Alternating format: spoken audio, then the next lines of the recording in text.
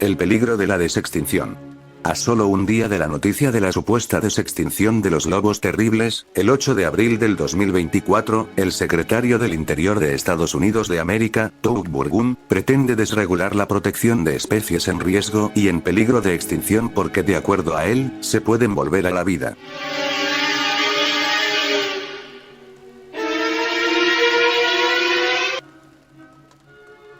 Ignorancia en su máximo esplendor.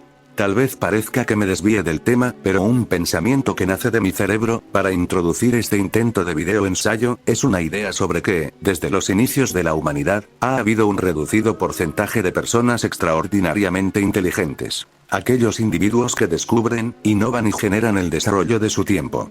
Personajes históricos como Nikola Tesla, Leonardo da Vinci o Isaac Newton son ejemplos clásicos. Mentes brillantes que, en muchos casos, murieron en la pobreza o en la soledad, mientras que otros, menos creativos pero más hábiles en los negocios, se beneficiaron económicamente de sus inventos y descubrimientos.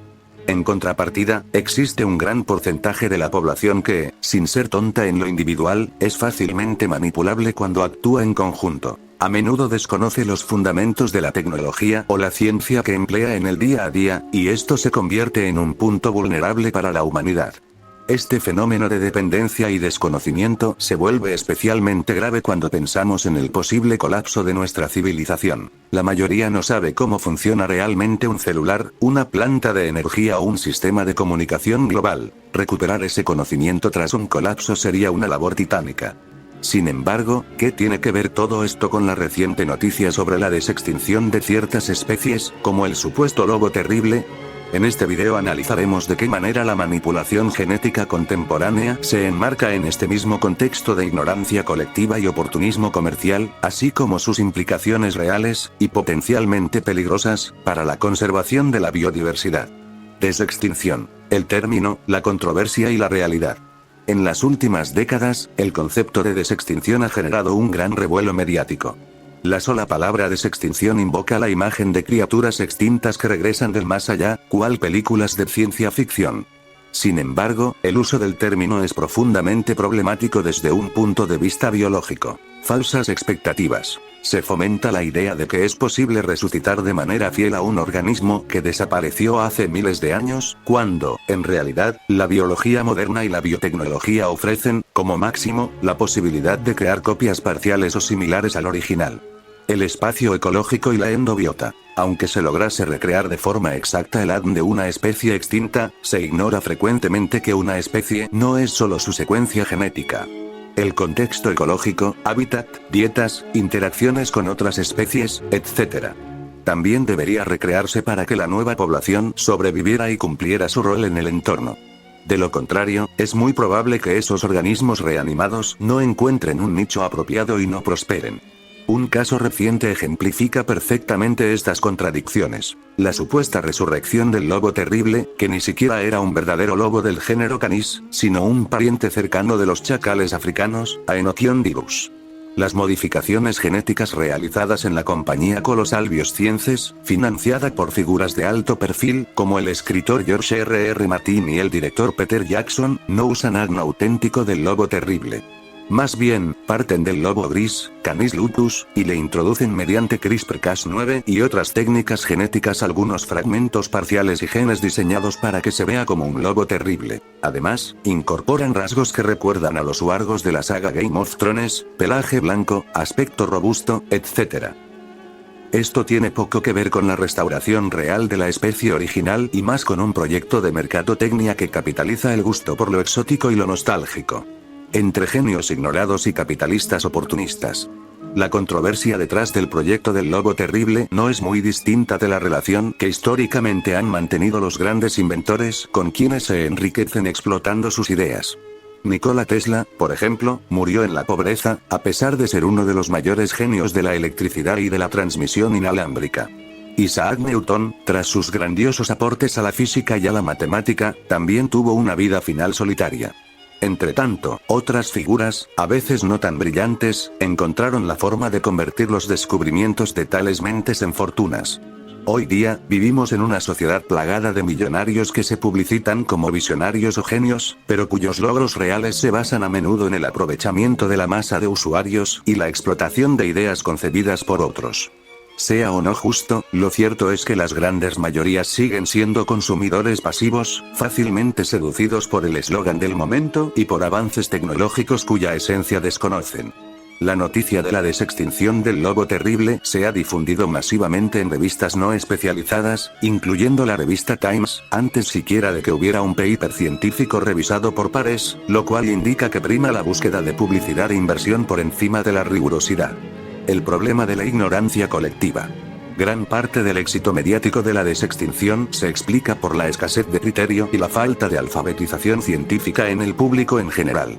Esa ignorancia hace que sea sencillo manipular la narrativa. Impulso al sensacionalismo. La gente, fascinada con la posibilidad de Jurassic Park en la vida real, comparte eufóricamente noticias de dudosa validez científica. Desvalorización de la verdadera conservación. Al presentarse estos avances genéticos como la gran solución a la extinción, se crea la falsa idea de que ya no es tan urgente proteger a las especies en peligro hoy. Si desaparece, la traemos de vuelta desde un laboratorio.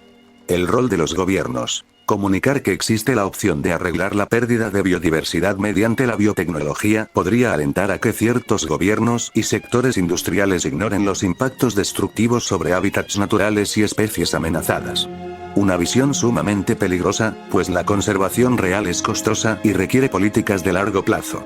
En este sentido, la ignorancia colectiva se vuelve un arma de doble filo. La población general se emociona con la idea de revivir animales desaparecidos y, simultáneamente, ignora que este tipo de proyectos puede no solo fracasar científicamente, sino también distraer recursos e interés de la conservación de las especies vivas, aquellas que requieren ayuda inmediata.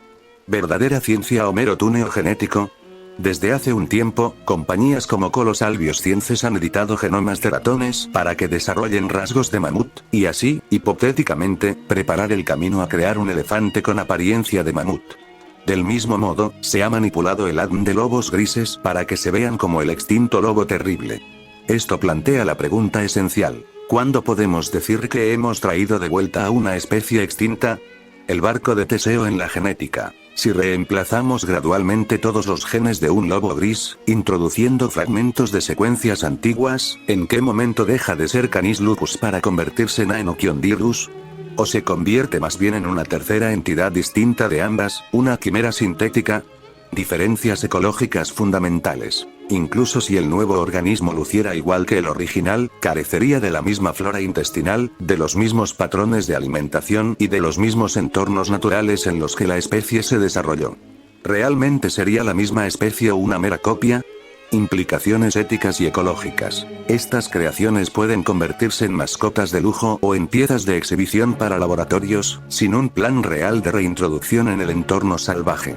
Si no existe el hábitat original, ni la intención de restituirlo, traer a la vida un animal similar al extinto no es solución alguna, sino un espectáculo que rozaría la crueldad. El trasfondo político y económico. Un punto alarmante es la forma en que algunos gobiernos y empresas podrían usar la idea de la desextinción para justificar la relajación de leyes de conservación. Si, a ojos de la opinión pública, la extinción deja de percibirse como un fenómeno irreversible, se abre la puerta a políticas que podrían aumentar drásticamente la destrucción de hábitats, con la excusa de que siempre podremos rescatar a la especie más adelante. La reciente publicación de un comunicado gubernamental en Estados Unidos sugiere que se estaría considerando, incluso con entusiasmo, la posibilidad de reemplazar especies extintas o en peligro con versiones creadas en laboratorio. Este giro de prioridades no solo pone en entredicho los pilares de la conservación moderna, sino que además podría utilizarse para legitimar actividades industriales que destruyen ecosistemas enteros.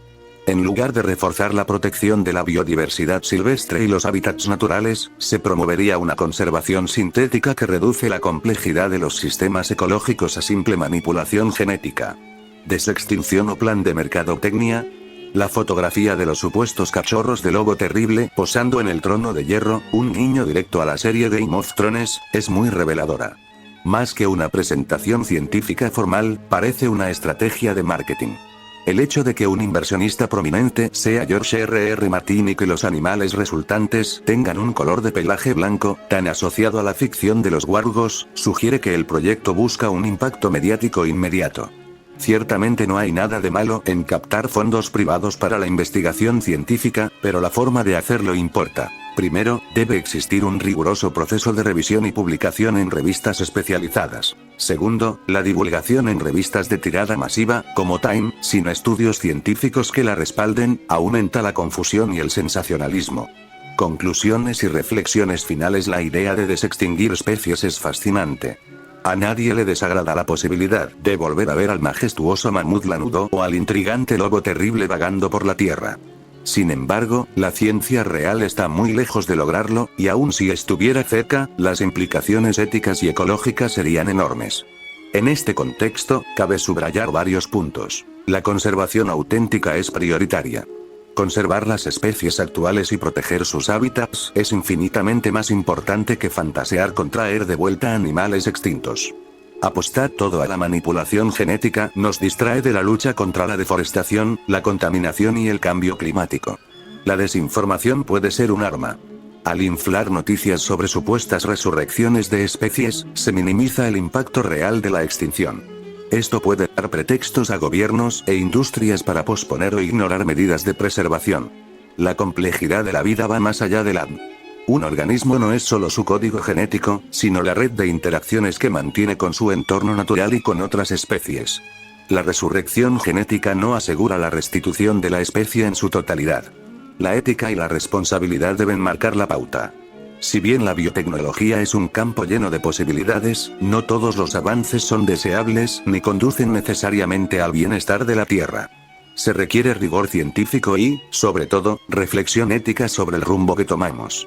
Nuestra civilización, en muchos sentidos, descansa sobre los hombros de un puñado de mentes brillantes, mientras grandes mayorías utilizan con entusiasmo y sin cuestionar los productos resultantes de esas inteligencias.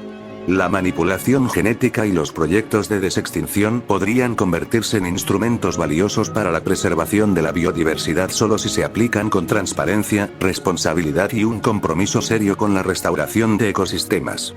De lo contrario, corremos el riesgo de heredar a las futuras generaciones un planeta lleno de copias sintéticas que, en el fondo, no representan el rico legado de la vida original que alguna vez tuvimos. Al final, debemos preguntarnos, ¿queremos un futuro con fauna auténtica o una mera fantasía al estilo de Jurassic Park? La respuesta, a la vez filosófica y práctica, dependerá de la capacidad de la humanidad para reconocer los verdaderos límites de la ciencia y la urgencia de la conservación real. La desextinción que se nos vende como milagro tecnológico podría ser, en última instancia, una cortina de humo que oculte el avance de la crisis ecológica que amenaza a la vida silvestre del planeta. Bibliografía y comentarios finales. Este ensayo se basa en reflexiones personales, observaciones históricas sobre genios e inventores, y en la información disponible sobre los proyectos de desextinción comunicados recientemente en medios generalistas y redes sociales. Las citas a Tesla, Newton o la situación actual de millonarios oportunistas ilustran la dinámica de la apropiación de ideas brillantes por parte de sectores con mayores recursos. Asimismo, la controversia del lobo terrible está documentada en artículos y publicaciones no arbitradas que revelan, con preocupante claridad, cómo el revuelo mediático ha primado sobre la revisión científica rigurosa.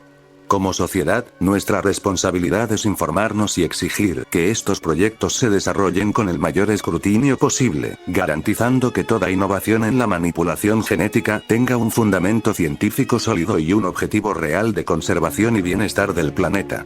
Solo así evitaremos caer en el espejismo de la desextinción, un truco que promete resurrecciones imposibles mientras seguimos poniendo en peligro, de manera irreparable, a las especies que aún comparten este mundo con nosotros.